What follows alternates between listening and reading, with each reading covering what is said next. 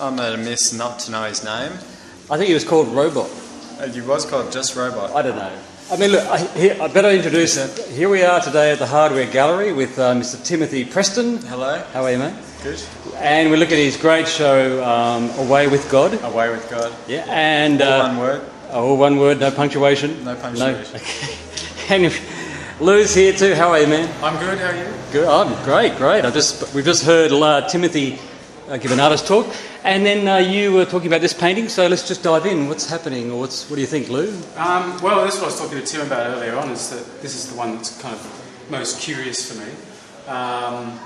The robot from Lost in Space and the letters at one stage look like they're actually drifting up without gravity out of a spacecraft's door and are heading upwards, sort of floating really gently. Yeah, I can see that. I can see that. But then at the other stage, people have actually looked at this work and said that it looks like everything's being sucked into a drain, and it's going down into the vortex. But Tim's the one to answer that question. Yeah. Which one is it?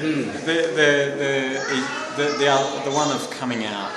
Oh, coming up, rising out of That's right. into a brightly lit. Into a sunroom, yeah. Floating. Yeah, that sounds all right. Yeah, floating. Listen, I feel there are two rooms here physically, and there's a kind of hearing you talk, your figurative works with skulls, and I love your wings. You're very adept at wings and figurative robots. Are you very adept? Yeah, this was, sorry to cut short, this was the test of art making for me, is to paint something real.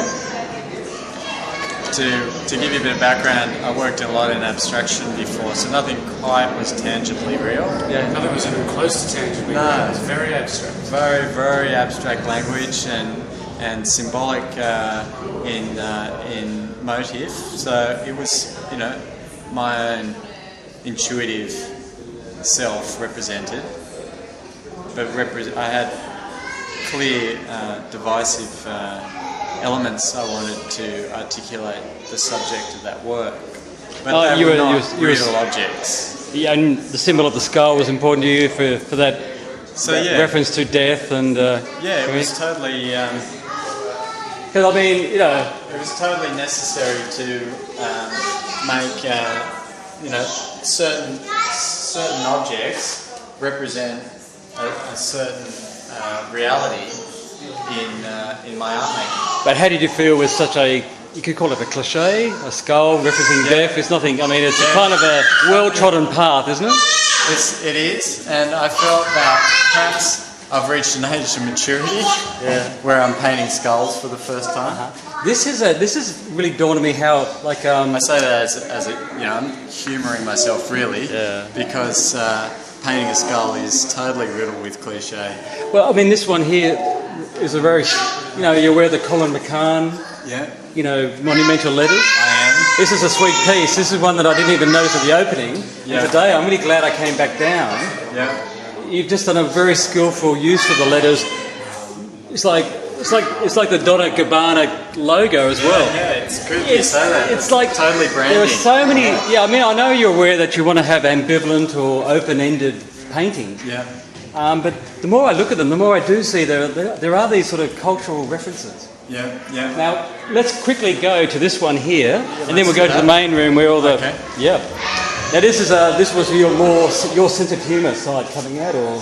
No, this play, I see your point. Yeah, the pun, of the... It was quite divisive to really visually throw the viewer. That was the main objective, was to make the viewer... make the viewer's retina. This was the one that most active. This is the most, the most Bridget Riley. Yeah. I'm feeling a bit seasick, sort of thing. Yeah. Seasick. That's it. Seasick. And it's great. Yeah. Your feelings about dogma, religion being a bit too dogmatic. Yeah. So, the play on words again. Brilliant. Yeah, reaching that final conclusion was. Come on, Lou.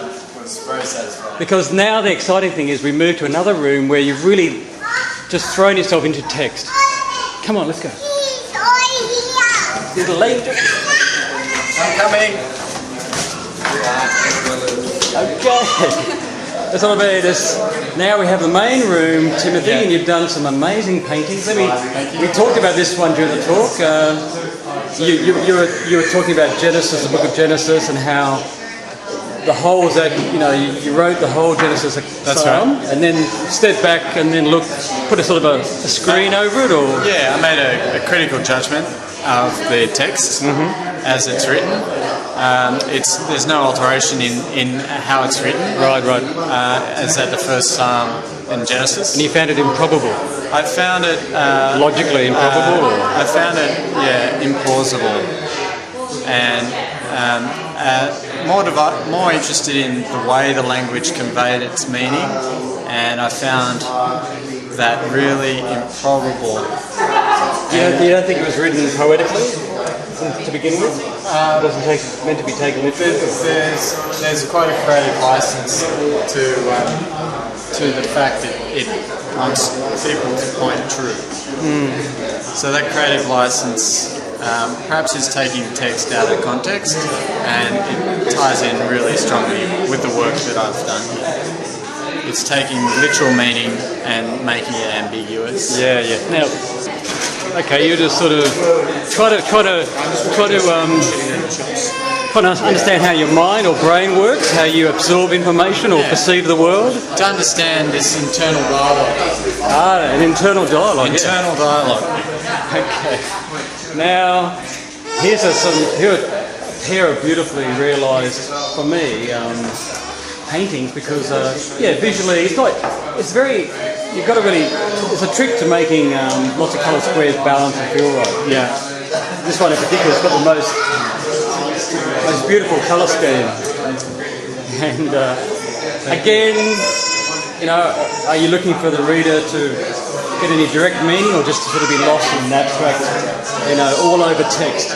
Yeah, again, this is divisive in that the colours I've used, I want to be playing off each other. So there's a visual, throw on colour, and also the content being almost a game.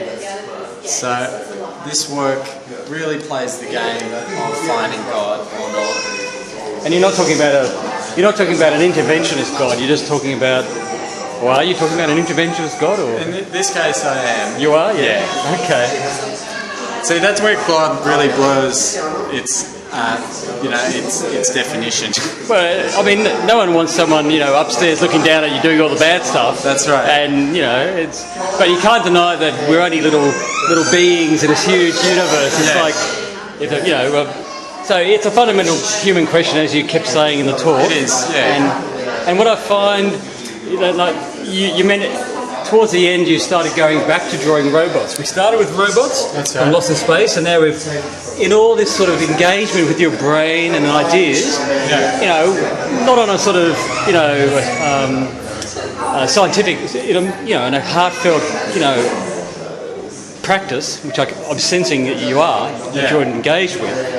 There's still that sort of element of humour, or how did you explain going back to robots? Yeah, I would think robots as being a parody on my art making, on the level of detail and the repetition of detail. Okay, yeah. Doing this You're just a machine, Timothy. Just a machine producing meaningful content.